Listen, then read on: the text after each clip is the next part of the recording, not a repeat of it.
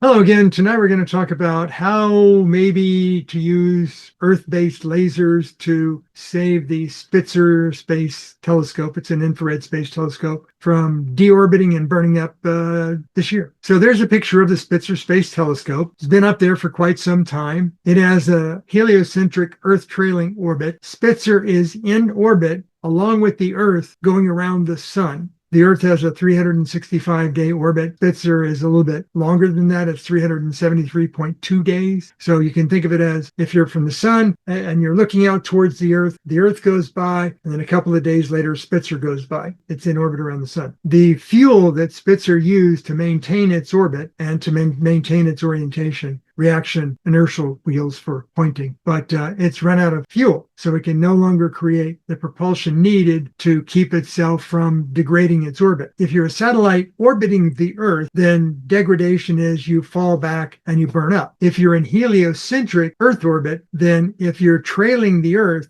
and you have no ability to keep yourself away from Earth, then eventually Earth's gravity will pull you towards it and you'll burn up in the Earth's atmosphere. So it's like being distant from the Earth and then the Earth pulling you towards it and eventually degrading your orbit. Spitzer used to have liquid helium on board to cool its infrared sensors to be very sensitive, but in 2009, that kind of gives you a clue as to how long Spitzer's been up there, it ran out of its liquid helium coolant. It escapes through all the joints and weak spots and valves and such, so it went into what is known as warm mode, and it was still doing infrared imaging, just not as dim an infrared. In 2020, because it was about to run out of fuel and who knows where it was going to wind up, they put Spitzer in what is known as safe mode, which means you can't use it for science. You're not going to move it around because it's got no fuel to do that, but it still listens. So if you come up with a clever way to resurrect it, you can turn it back on. But they decided that it's going to deorbit in 2026. We'll just let it go its own way. But then they said, maybe there's some commercial companies out there that could solve this problem. So they tried. There's a startup company called Katalyst Space, worked with NASA to create a satellite called LINK. I don't know what the acronym stands for, but it's LINK. They used the last of the discontinued Northrop Grumman Pegasus XL boosters under the wing of a modified L-1011 commercial aircraft called Stargazer, owned by Northrop Grumman. The satellite was put in front of the Pegasus, and then the Pegasus was launched from under the wing of the aircraft, and it went up out into space. And the goal was LINK was going to come up on Spitzer, grab it, and then right it, and then use LINK's propulsion systems and fuel to put Spitzer back into a good orbit. If successful, they could have reactivated Spitzer. It would still be running in warm mode, but it would still be working because the instruments themselves are in fine shape. The electronics are in fine shape. It just ran out of course correction fuel. Things aren't going according to plan. LINK did not get where it needs to be about this time. It's still on course to pick up Spitzer, but it's not behaving properly. In July, there was a malfunction of the thrusters on board LINK, and it went into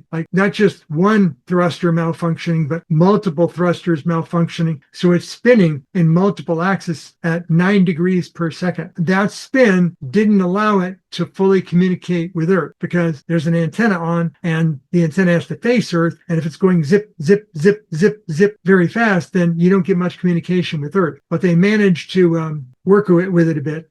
There are reaction wheels, like giant rotating wheels that normally you would use for pointing a satellite like LINK, but it's spinning so fast that the reaction wheels don't have the available momentum to counteract that excess spin. What's worse is the solar panels are also part of the satellite that's spinning, and therefore it's not able to keep itself pointed at the sun to keep its batteries always fully charged. So by August 5th, they were able to reduce the spin from 9 degrees per second down to 1.47 degrees per second by using its ion propulsion, its Hall effect propulsion thrusters to, as it's spinning, send out a propulsion thrust from the ion thrusters to counteract that until they got it spin reduced. It's still spinning. I don't know if it's 2-axis spinning or if it's just 1-axis spinning, but it's still spinning, just slower. And they can now upload new software to the Link satellite to further correct the spin and to adjust its course to put it on rendezvous back with Spitzer. So far, the ion thruster burns have consumed 100 grams of the ion propulsion fuel. I don't know if it's xenon or krypton or argon, but it's used up so far 100 grams of its fuel. And that's a fixed amount of fuel that was just defined at launch. And that fuel was meant to use for docking with Spitzer, boosting its orbit, and aligning things, attitude correction, not just for when it grabs Spitzer, but for the remaining life of Spitzer. Maybe enough remains. Time will tell. So I'll bring up once again the principle in physics known as radiation reflection pressure. And earlier this week, there was a Falcon 9 upper stage that crashed into the moon because of solar radiation reflecting off of the cylindrical upper stage over time. And it's physics that not only works at the large for boosters hitting the moon, it also works at the extremely tiny for moving around specimens under X-ray microscope stages. The amount of solar radiation that hit the booster was only about 800 watts per square meter. There's 1 kilowatt per square meter hitting the Earth's surface. It's far enough away from the sun that it actually was getting less watts per square meter, even though it was in open space. That amount of photon density flux was very low, and it was dispersed widely as it left the sun, so it's not anywhere near the total output of the sun. And it was spread over the cylindrical body of the booster. Not all the reflective angles were at the right to get the maximum momentum transfer to the booster. Spitzer has lovely surface areas on it, like giant solar panels, flat areas that would very much better receive the radiation reflective pressure. You need to know how much you need in flux and how long you need to do it and the angles and such. So there's calculations to be made. People may not know this, but the higher-end professional astronomical observatories actually have multiple 20-watt yellow-orange lasers. The laser is focused on the underside of the atmosphere to reflect off of it, to create an artificial star, a virtual star on the bottom side of the atmosphere. As the atmosphere heat distorts in the sky, you can do a negative to that virtual star and adjust the image in the computer as you take it. So you can actually stabilize astronomical images as they're being captured and very much improve the sharpness of the image. But that's 4 roughly 20-watt lasers for every one of the big astronomical observatories because it does such a great job at improving the image quality. So what if you could point that telescope or those telescopes towards Spitzer, turn on the lasers, and have that laser flux reflect off of Spitzer to push at it? Wouldn't it be nice if you could use the lasers that are already there to save the Spitzer Space Telescope? You can turn the lasers off and on, so if you didn't quite get enough the first time, point it at it again and hit it some more. But there's difficulty associated with hitting a small target like Spitzer out at heliocentric orbit.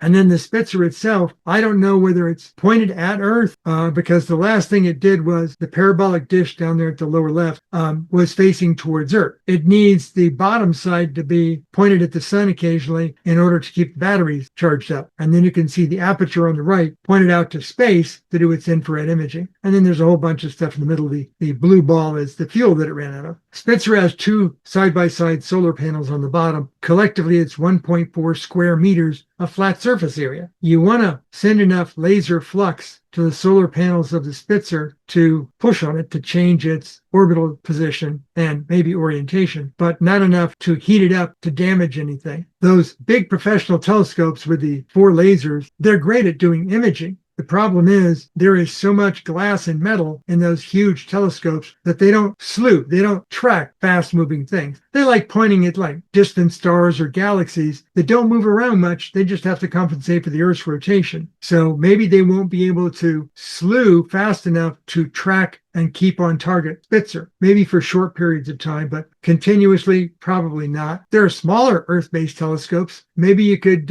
equip them with similar sorts of lasers, but if you're not trying to use it to guide stars, why not just shine the laser beam directly through the telescope optics? And then you can have a direct beam onto where Spitzer would be. Collectively, if you had enough telescopes on the Earth all pointing at Spitzer, you might have enough momentum to push Spitzer back away from Earth to maintain its heliocentric orbit. You have to have tight controls over when you are producing the flux, how long, and where you're pointing. It might be nice to have like an open community and say, hey, every amateur with a 1 or 2 or 3 watt laser, put it in your eyepiece hole and shine it towards Spitzer, and collectively over 1,000 telescopes around the planet, maybe we can see if it'll push on it. But the controls aren't there. The collective amount of flux might heat up Spitzer. It might push from the wrong directions too much and cause problems. So you probably want a known set of telescopes, have them doing their thing and tracking Spitzer all at the same time, switching on and off. How long? Maybe start with 1/4 of a second at a time, and use the U.S. Space Command radar, the NORAD radar that tracks satellites, to determine whether Spitzer has moved any based upon the laser flux that's hitting it. If an improvement was detected, then,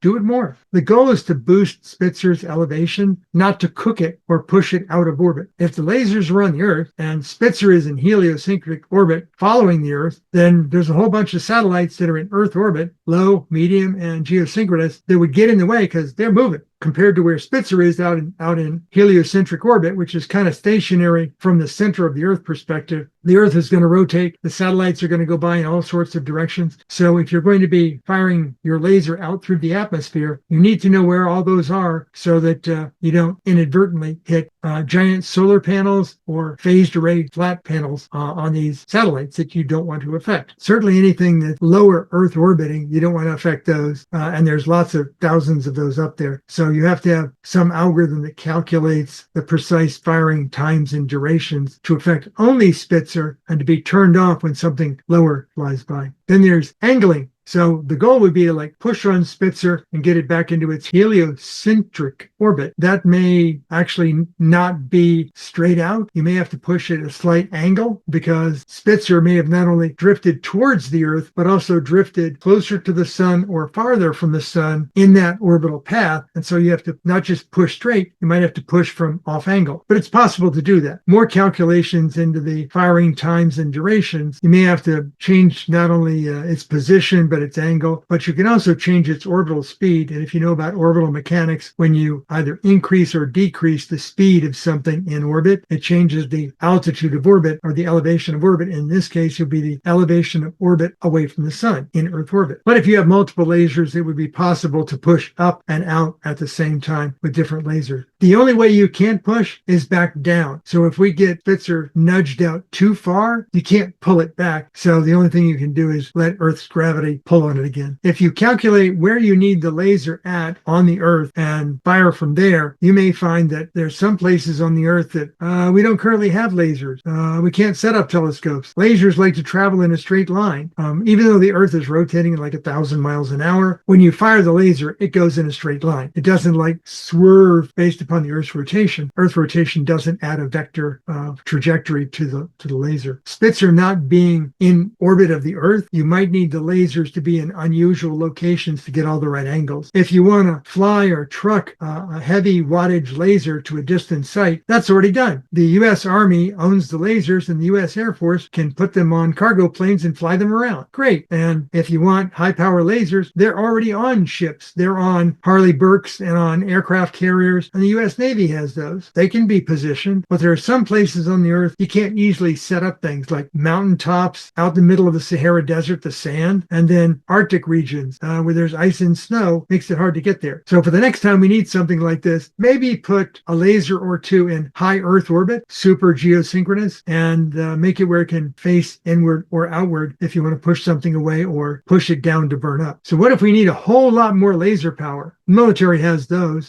They have many kilowatt lasers. It might be too much for this application because they're designed to focus on burning up drones and incoming missiles and such at just a few miles away. They would need to be able to focus on very distant things in order to not burn up Spitzer. With the laser, you probably want to dial it down. And if you need more, you can probably put more out there easily using military lasers. But maybe the contractors that built the military's lasers would be better candidates because they probably already have them on trucks for testing purposes. They probably already have a more adjustable focusing distance to be, focused on something way far out there. To prove out their power, they probably have an adjustable power power level. The live military lasers are tracked by coupled radar because they want to shoot down a drone or an incoming missile. In this case, you want to use tracking data from the Space Force that knows where Spitzer is to control the military laser positioning as if it's an astronomical altitude azimuth telescope. There's probably going to need to be some optics focusing and software tracking changes needed. Maybe they can be done in time to save Spitzer. I don't know. Maybe just lots of professional or amateur telescopes with lasers is a better approach. So Link has a solution, assuming it doesn't fail, assuming they can stop the spinning. It should rendezvous with Spitzer. If it has enough fuel left over to boost Spitzer back, maybe they can resurrect it and turn it back on again. If Link fails, NASA doesn't currently have a solution to avoid Spitzer burning up before the end of 2026. What they need is a solution that can be deployed cheaply, quickly, and maybe used repeatedly. So that's what I've postulated here. Lots of Earth-based low-power lasers pointed at Spitzer. If it works, then U.S. Space Command could tell if Spitzer's been moved or not. If it works, then you could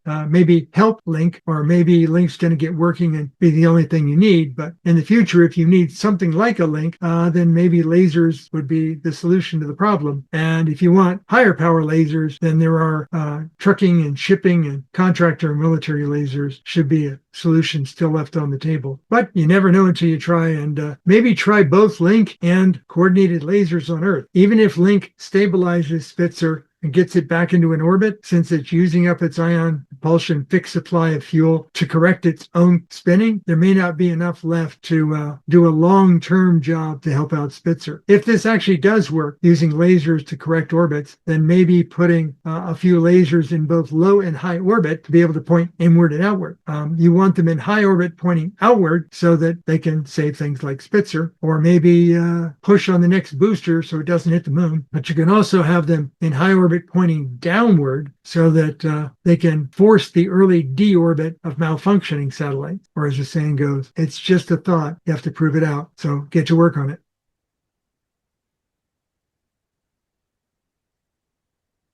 And then if you didn't know about Spitzer or Link or what a Northrop Grumman Pegasus booster rocket is, and the ever-popular radiation reflection pressure, what those laser guide stars are, and Army and Navy laser weapons, if you didn't know about those. Comments? Questions? Having a laser in space that has any possibility of pointing down toward Earth seems like an enormously bad idea. I mean, what could possibly go wrong? They already have those. Yeah, well, it just seems like a really bad idea. I mean, they could be bugs, hacking. It's a matter of how much power you put in the laser and the lenses you use for focusing. If you make sure that there is a lens in place that focuses towards infinity, then the beam will be very widely dispersed if you point it down at the Earth. And the amount of photons you're going to get over an area won't even be enough to even boil water. As for lasers in orbit, there are already thousands of them. The current generation of SpaceX Starlink satellites use infrared lasers between the satellites to avoid Earth transmission delays. Yeah. So if you're on Earth and you're communicating with a Starlink satellite that's flying overhead and you want to communicate to a website that's over Florida, you don't have to have the satellite over Florida communicate with another satellite over California to send the signal down to a large receiving station in California that will then backhaul it across a fiber optic connection to the server you want to talk to in Florida. It can go straight up, hit the next satellite that's going to be coming by over your location, and send it down to a Florida receiving station that will relay it via out in the back of the building server connection. There are actually sites like that in Florida. If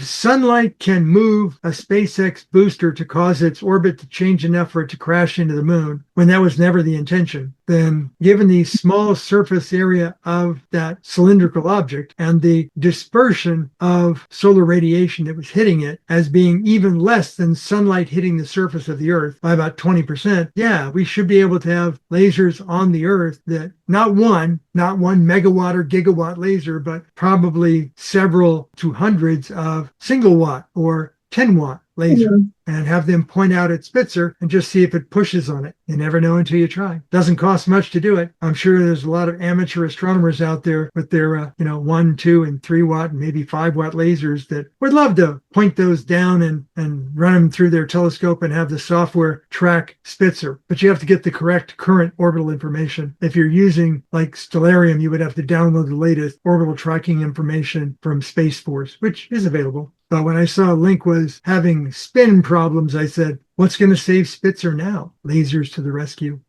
Okay, any other comments or questions? Otherwise, I'll stop recording.